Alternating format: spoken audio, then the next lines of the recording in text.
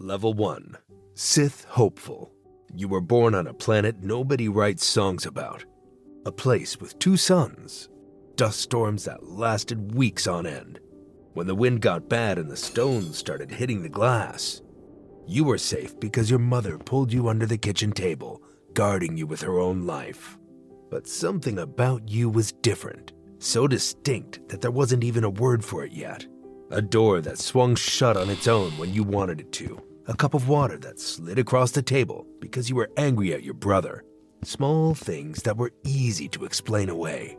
When you were 7, you broke a clay cup across the room without touching it. Your mother grabbed your hand hard enough to leave marks and told you never to do that where anyone could see. You did do it again, and someone did see. But it's okay. You're alive because that someone wasn't one of your neighbors.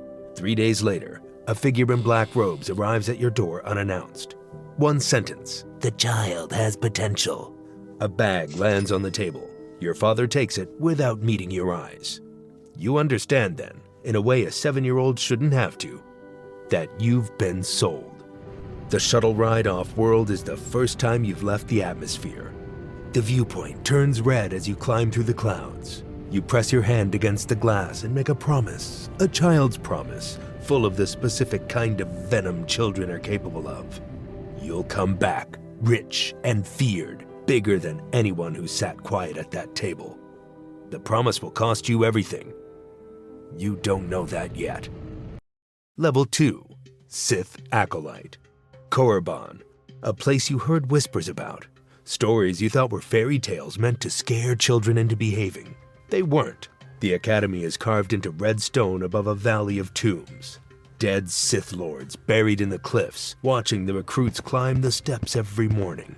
Your dormitory holds 40 acolytes. By the end of the first year, half will be dead, a third taken by the trials, and the rest killed in the hallways by each other. The overseers encourage it. To them, it's natural selection. Trust nothing. That's the first thing you learn. And it rewrites the way your body works. You test food with the tip of your tongue before taking a bite.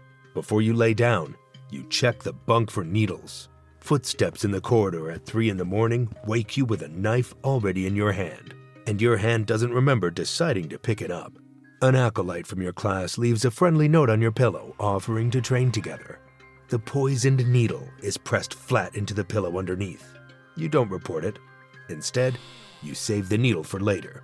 Your first kill happens in a ring you were told was a practice duel.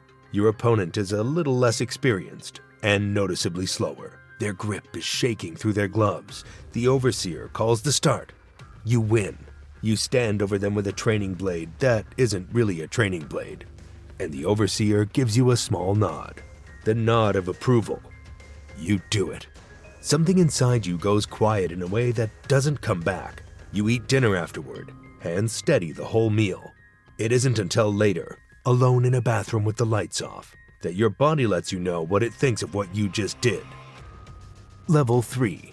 Sith Apprentice. A Sith Lord picks you out of the survivors. They stand in the courtyard reviewing the acolytes like your livestock, and when they point at you, something in your chest goes hot. You belong to someone. Your path is laid out now. After a year of watching people die for the privilege to be chosen, you'll take it. Your master is cruel in ways you didn't know a person could be. They teach you to draw on your anger the way people draw water from a well. Humiliations get banked, and scars become receipts for what you're going to do later. You learn the lightsaber forms. You're taught how to bleed a kyber crystal until it turns red and screams. Force lightning crackles out of your hands for the first time and blisters your own fingers. And you laugh because it worked. Then one night, your master tells you the real truth of the Sith path. One day, you will kill him. In fact, that's the entire point of the arrangement. A master who dies in bed was never strong enough to be there in the first place. Power doesn't just transfer by the blade. It ends on a blade. The only question you get to answer is when. You nod to let them know you understand, and you're graced with a subtle but acknowledging smile, like you passed a test. Back in your quarters, you sit on the edge of your bunk for what feels like an eternity. What bothers you isn't the plan, it's that a part of you already knew and has been quietly counting months since. Level 4, Sith Lord. You earn the title on a battlefield you barely remember the name of. A Republic world your master was sent to break. Reinforcements didn't come, and you hold the line anyway. You walk out of that ruined city in scorched armor, carrying a saber you took off a Jedi who thought they could reason with you. A Sith Lord, a signet ring, quarters of your own, a staff of servants who call you by your title instead of your name, and an apprentice. Some kid fresh out of the academy, flinching at loud noises, staring at the floor when you enter the room. You see yourself in their eyes, and it turns your stomach. You know what they are, and at the same time, what you once were. That kid is going to try to kill you one day, if he lives long enough and learns fast enough, and you must train him to be able to do it. The Sith have no use for a student who can't eventually replace their master. You catch yourself watching the back of his neck during training, calculating angles, tracking how he drops his guard when he's tired. Your master trained you to do exactly this, and although you hated him for it, you now understand why. The first time he calls you master, something curdles behind your ribs. You remember being the one who said it. You believed it briefly, until you realized its true meaning. That night, you sleep with a saber within reach. It won't leave the nightstand again for the rest of your life. Level 5, Darth. The ceremony is smaller than you thought it would be. Just a chamber lit by red light and a dozen robed figures gathered in a semicircle. You kneel before them. They tell you to set aside your old name, the one your mother used when you were small and your brother shouted down a hallway in a house that doesn't exist anymore. You say it out loud one last time, the way you might say goodbye at a door you know you're about to close forever. Then you let it go.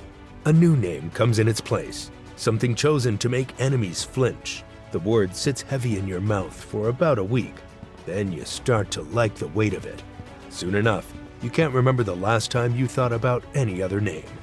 Campaigns pass, planets bend because a ship carrying your banner enters orbit.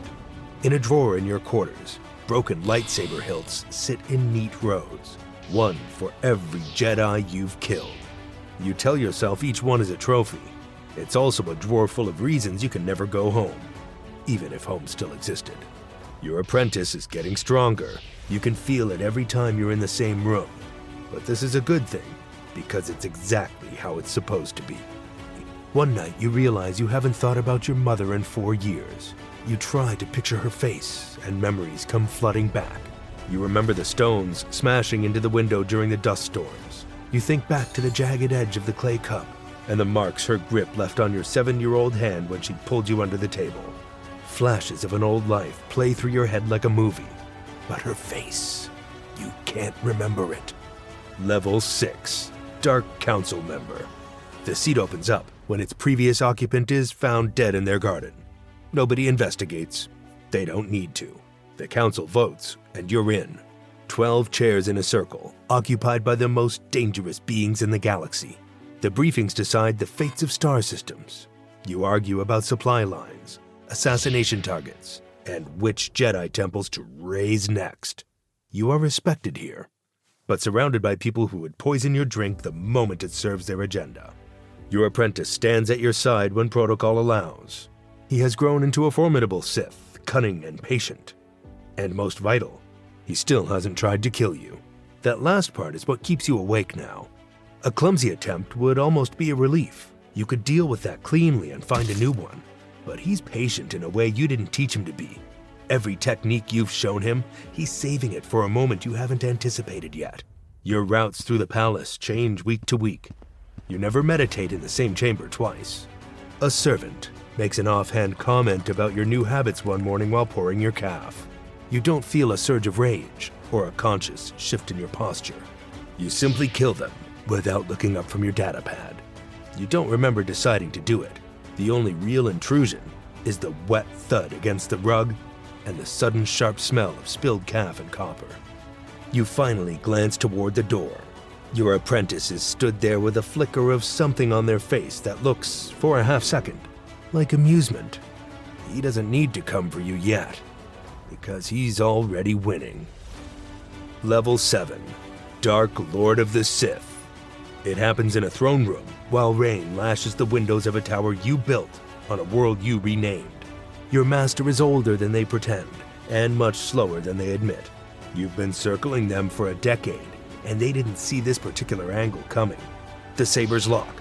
The vibration is humming through your teeth. You feel the familiar hitch in his weight, the ruined knee he's tried to hide since the winter campaigns. You've sat across from him at a dozen mess tables, tracking that limp and keeping the secret tucked away like a hidden blade. You pivot. His parry is a fraction of a second slow. Your saber melts through his armor into something sickeningly soft. He doesn't fall away. He sags against you, his hand clutching your shoulder for balance. There is no grand speech or lingering approval. You just see a tired, final glimpse of approval in his eyes. You step around the body and take the throne. The armrest is wet. You wipe the blood off with your own sleeve because there's no servant nearby and you don't want to wait. You sit down. From the throne, the room looks different. Years of memorizing it from the floor, and now you're the one at the top. The doorway you've watched 100 times suddenly looks too far away. Dark Lord of the Sith. The title every acolyte on Korriban whispers about in their bunks. Then the door opens, and your apprentice walks in. He bows to you and smiles the way you used to smile at your master. You look at him and see yourself 10 years ago, which means you know exactly what comes next. You've won, and you've started a clock running on your own ending. Level 8, Sith Emperor. You've outlasted 3 of them now. Each arrived with the same burning conviction that they were the exception to your rule, and each ended up as a quiet addition to the niches beneath your throne. Their names have already blurred into the stone. You don't think of them as failures anymore. They are just the foundational layers of the seat you still occupy. You found things in the old holocrons that the Sith before you were too cautious or too sane to try. Essence transfer, Sith alchemy worked on your own body. You poured yourself from one vessel into another when the first one started to fail. Then again, then again. With each transfer, it becomes easier until it almost felt like just switching a coat. The Empire stretches across hundreds of worlds. There's no commission to answer to and no council that could remove you. You made sure of that 2 bodies ago. There's a balcony in the tallest tower of your palace, a place you go sometimes in the quiet hours before the throne room fills. The horizon holds nothing that could threaten you. You have everything a frightened acolyte on Korriban would have broken themselves to get. You can't remember your mother's face. You're aware of that for a long time, but this night, you can't recall her voice either. You sit on the edge of the balcony for hours trying to remember. She used to sing when the storms came. You're sure of that much. One particular song. You reach for the melody in your mind and find nothing there. All of it has faded away over the decades. You try to remember your first name, the one before the ceremony, the name your mother used when you were small, before the robes, before the shuttle, before the viewport turned red as you left for the last time. You can't remember. Your mouth has forgotten the shape of the word. It's been an eternity since you last had a reason to say it. A servant passes in the corridor behind you, humming while they work. You listen and wait for something to come rushing back. It never does. The wind moves a little dust across the balcony stones. As you're watching it, you think of how you used to know a child who lived on a planet where the wind threw stones at the windows. You're almost certain that child was you. You go back inside to find an apprentice waiting with a report. They bow and call you by your title, and you answer. Whatever you were before the throne, everything you traded away. It's too late to ask for any of it back. There's nobody left alive who would know what to return. If you like this video, consider becoming a channel member. Your support directly helps us create more videos like this. Also, Watch this video next.